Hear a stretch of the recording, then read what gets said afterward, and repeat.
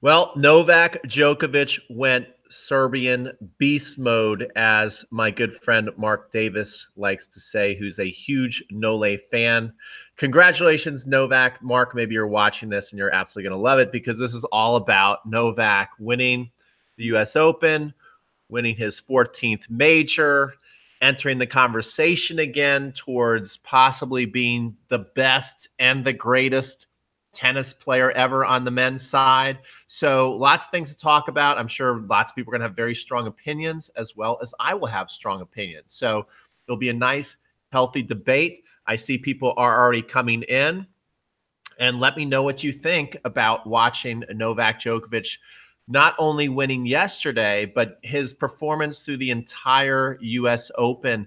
It was pretty interesting. Obviously, this year's U.S. Open was different in a lot of ways from many U.S. Opens I've watched in the past, with the heat being a real factor. I have seen the U.S. Open get hot, but you usually see like a couple of cold nights. I mean, because it's the start of fall. And so we're used to seeing almost a couple of seasons enter into the U.S. Open. Not this year.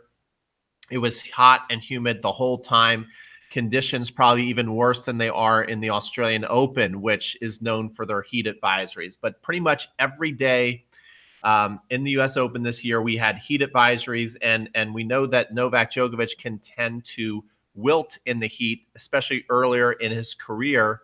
And it looked like in his first couple of rounds, he was struggling there. But as the tournament went on, he started to look like he dealt with the conditions better than pretty much everybody. And if you just watch his score line through the entire tournament, he clearly had the easiest time going through. He dominated the tournament. There's no other way to say it. Novak dominated the U.S. Open this year. The final match was entertaining. It was competitive. Certainly, Del Potro had his shots in the second set to make it a match to where we might get a 4 or 5 set battle, but Novak was able to win the pressure points and was just a little too much for Del Potro. I said going in before the match that for Del Potro to win, he's going to have to completely dominate on the forehand side and pretty much run Novak on a string where Novak would have a very hard time finding his backhand. Of course, Del Potro got his shots in, got his big forehand in, but Djokovic was able to defend that very, very well, bring back a lot of shots that no one else could, and then also regain the offense, which is, I've been saying, these grinders that we're seeing now do so well in tournaments. They're not your grinders of yesteryear to where all they were kind of one-dimensional. When I was growing up, you'd have people who could really chase down balls and be really tough in that regard, but they didn't have many offensive skills. The grinders 2.0 of today, they not only get to balls, but when they get to balls, they're able to either do something pretty offensive with those balls, or they defend themselves back into the point, and then they take offense and can actually end the point with a winner after looking like they were about to they're against the rope. So it's pretty interesting to watch. And after watching Novak win yesterday and realize he is still, we wouldn't say this a decade ago, because when you're playing and collecting trophies after age 30, a decade ago, it was a really, really odd occurrence. You were doing something that not many people could do.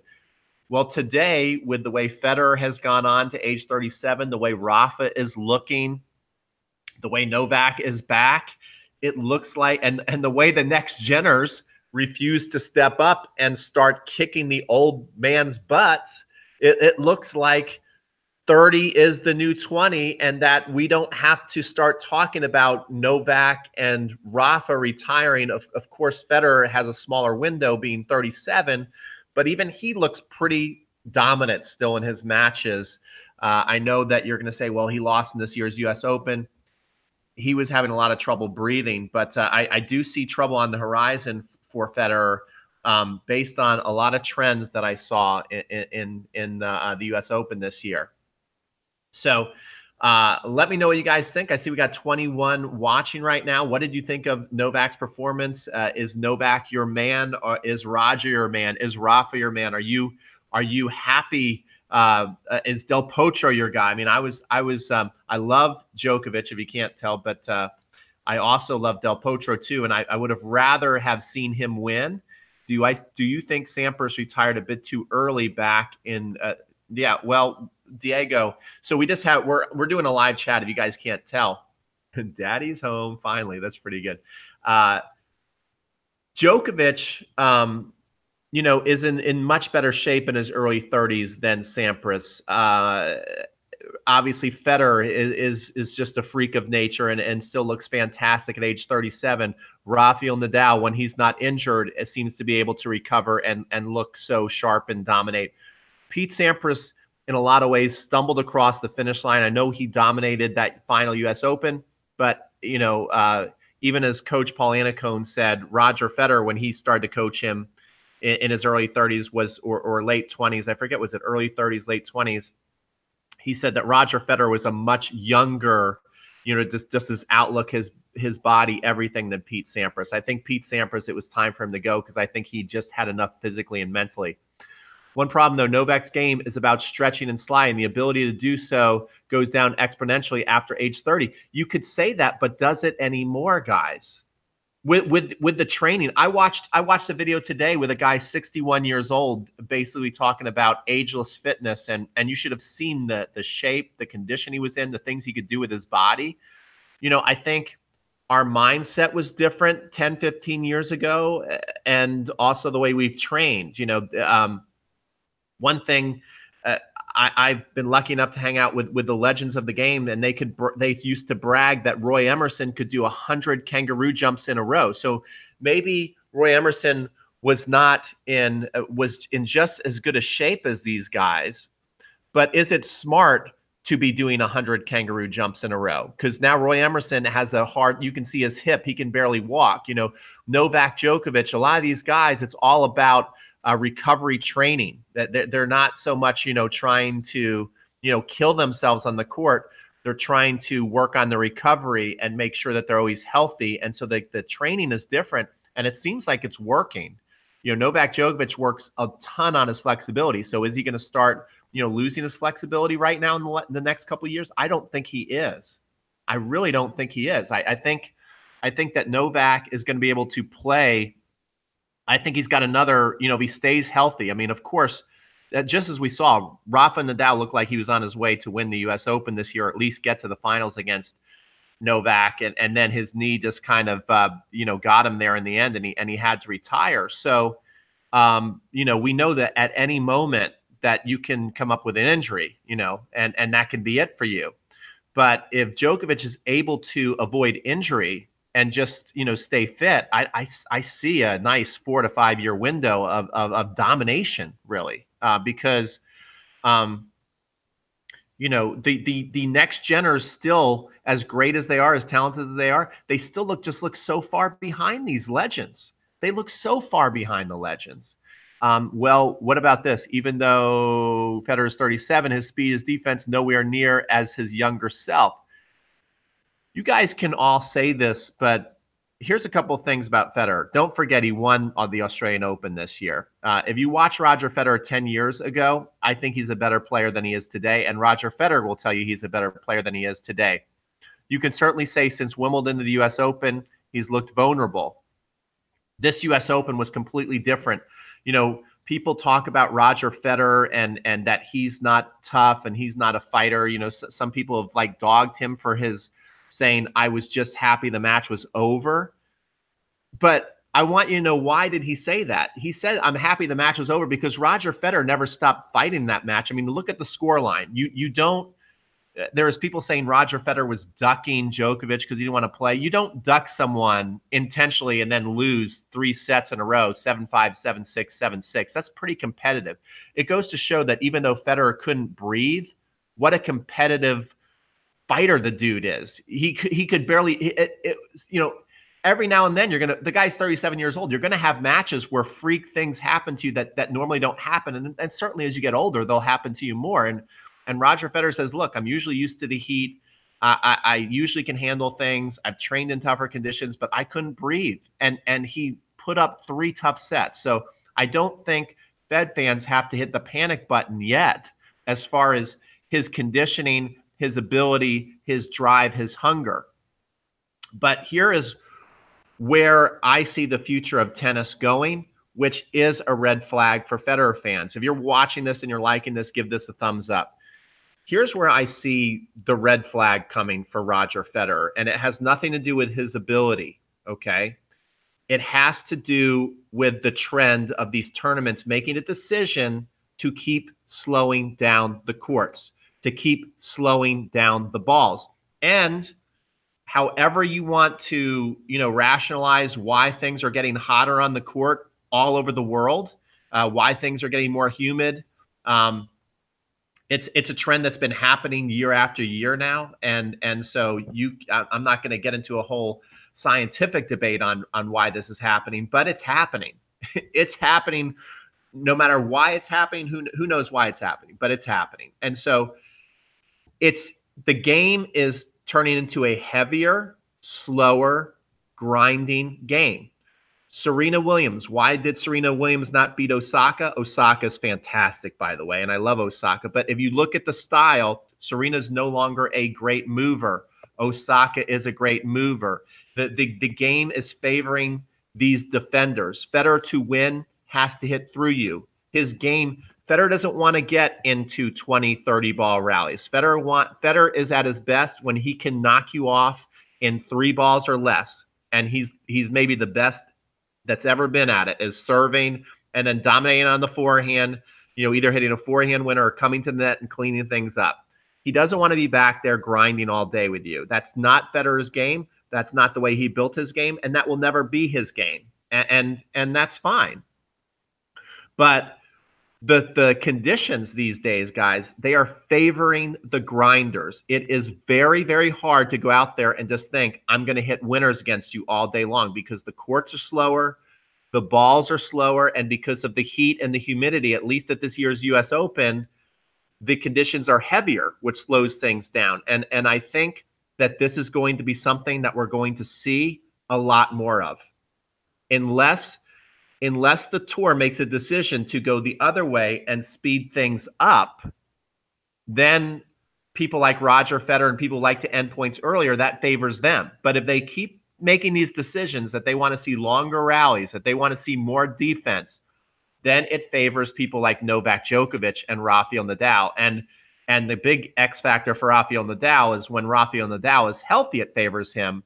But if it's beating up his body because he's been injury prone, it could hurt him. So that's why I see that Novak Djokovic really has a huge opportunity. And I see here, I want Roger Federer to reach 25 Grand Slam titles, says Jack. And that's a big point I think that Jack just made, is right now with Rafa at 17 and looking that if he's healthy, he could win another 15 French Opens and Novak Djokovic completely dominating the field this year. If Roger Federer wants to hold on to his GOAT, greatest of all time title that most people would agree he currently has, he's going to have to win a couple of majors. I don't think he can walk away from the sport with 20 majors and feel safe about it, because if he walks away from the sport with 20 majors and you have Rafa at 17 and Novak Djokovic looking resurgent at 14, that 20 is in big trouble. And then it's going to be really tough for Federer fans to justify that he is still the greatest, even though he has losing records against Rafa and Novak. That's going to be really tough to go, these guys have more majors than Roger, and overall in Grand Slam finals and their overall record, they got him not by a match or two, but by a little bit of a margin there. And it's something you can't deny. That's going to be tough for Federer fans to say, yeah, but he's still the greatest. I think that Fed is going to have to win. I think Diego nailed it. I think he's going to have to win at least 2 or 3 more. I'm not even comfortable with Foodland 99 saying 21. I don't know if that's going to be enough. A big X factor is obviously Rafa. Rafa, you are just unreal, man, too. I mean, that match against Dominic Thiem, he had one of the best coaching moments in my life. I have been telling my students all week, did you see what Rafa did when he lost 6-0? He stands up and he runs to the ball, kids, and he walks across the court like he's king of the world. You know, if that Rafa can stay healthy, how is he possibly going to lose at the French Open? I mean, there's at least three more right there with the French Open. And he looked great on the hard courts this year, guys, too. And with the slower conditions, you know, I think that would have been a great battle between Novak and Rafa if Rafa was 100%. So Rafa easily can get to 21, 22, 23.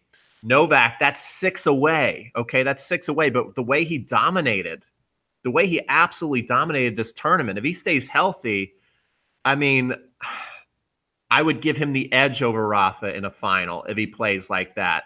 I would give him the edge over Roger Federer. I would give him an edge over any next genner, you know, who has the game to beat him. Del Potro is a great player, but as you can see, because he can't really hit winners on the backhand, because he can't move like Novak Djokovic, he's just not as good. He's awesome, but he's just not as good as Novak. So really the only person who I think right now at their age and their skill level who can consistently hang with Novak Djokovic is Rafael Nadal. So, I mean, these two are going to have to be stopping each other in finals because they're the only ones I see, unless somebody like a Tsitsipas really gains a lot of confidence. I mean, who would be down below those guys that would stop them? The only thing that would stop Novak and Rafa right now is their health, okay? The only thing that's going to stop Roger is if I'm wrong and that his age is really, really going to continue to get to him. I mean, it has to happen. No one beats Father Time. It's just that people are beating Father Time a lot longer. And Roger, guys, he still looks fantastic. Remember, yes, he lost to Novak at the finals of Cincinnati. But guess what, guys? That was the finals of Cincinnati. Yes, he lost at the U.S. Open. But guess what? He lost 7-5, 7-6, 7-6. Yes, he lost at Wimbledon, but he was up 2-0, and he lost, what was it, 13-11 in the 5th set? So it's not like the dude's not playing at a high level and he's washed up and he's an old man that it's time to retire. He's still right there.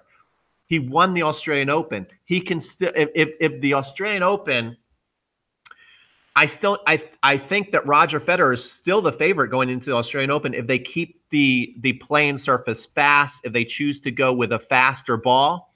Roger Federer is still the favorite there because he can hit through the court. But then when you go to the clay, that's a battle between Novak Djokovic and Rafael Nadal. Roger probably wouldn't play it. So that's a grand slam for one of those two guys, as long as they're healthy. You know, just take everything that I'm saying and add on the line as long as they're healthy, okay? Wimbledon, that starts to become up for grabs between Novak and Roger, in my opinion, and maybe Rafa, and maybe somebody that Wimbledon's one of those things where if a big server like a John Isner gets on fire or Kevin Anderson, they could come in and kind of, to me, Wimbledon's the only tournament that besides Roger, looking at Roger as a favorite, it's a little bit unpredictable. The U.S. Open, if let's say the U.S. Open, we're just kind of in this trend where it's going to be hot all year. I doubt it will be as humid as it was this year. But if it's hot, if conditions are hot and slow and like they are this year, again, as long as they're healthy, we're looking at Rafa and Novak. So they're going to be competing for a lot of Grand Slams as long as they stay healthy, and they're going to be coming hard. They can feel the window closing for Roger, and they can see that they have a small window of opportunity to collect a lot of Grand Slams unless one of these next geners can finally grow up and figure out how to be a champion. That's just the way I feel. That's just what I see for the future of tennis. Let me know what you guys think. Comment below. If you have not watched us before, we are Crunch Time Coaching.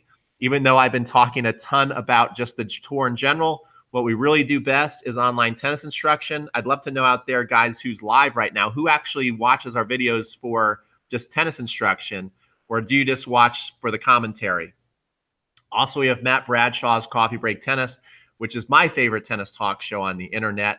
So make sure you check out that. Make sure you give this video, pump some thumbs up before you leave for me. That would be awesome. If you've never watched us before, subscribe. It's absolutely free. If you love tennis, why wouldn't you subscribe? Novak is clearly the favorite going into the Australian Open, especially if he's the second week of the tournament. Yeah, I like serve clones, says Floodland, and I'm going to do Serena Williams next. I love the drop shoe video. Okay, cool. Diego watches it. Thank you, guys. I'm glad that you guys are also watching the instruction. Hopefully, if you guys are interested in tennis, you also play and want to get better. So make sure that you watch our instructional videos. And thank you so much for checking this out. Again, if you've not subscribed yet, subscribe to our channel. Congratulations, Novak Djokovic. You are amazing. Congratulations, Del Potro. You are classy and amazing and lovable. And before I part, I just got to comment on, it was really nice to see the ceremony after we had such an awkward, uncomfortable ceremony on Saturday. It was just what the doctor ordered, watching two very classy friends share a beautiful moment together on stage. It was awesome, right? Because they had both been through so much emotionally. And you can see they both clearly, generally like each other. It was not an act. It was 100% authentic. They're sitting there on stage with their arms around each other. And so I think that says a lot about both guys, because we know that Del Potro is a class act. Everybody loves Del Potro. And for the people who don't like Novak Djokovic, I love Novak Djokovic. I think he's really cool. It says something about Novak that Del Potro likes him so much. And then Novak, it says something about Novak, just the things he says. He was complete class, the things he had to say about Del Potro, the things he had to say to his fans, the things he had to say to his box, which, by the way, I guess is going to go longer than I thought. A big reason, and we're not talking about this enough, why Novak Djokovic is back is Marian Vida needs a ton of credit. No one's talking about it enough. He was missing him more than we know. Okay.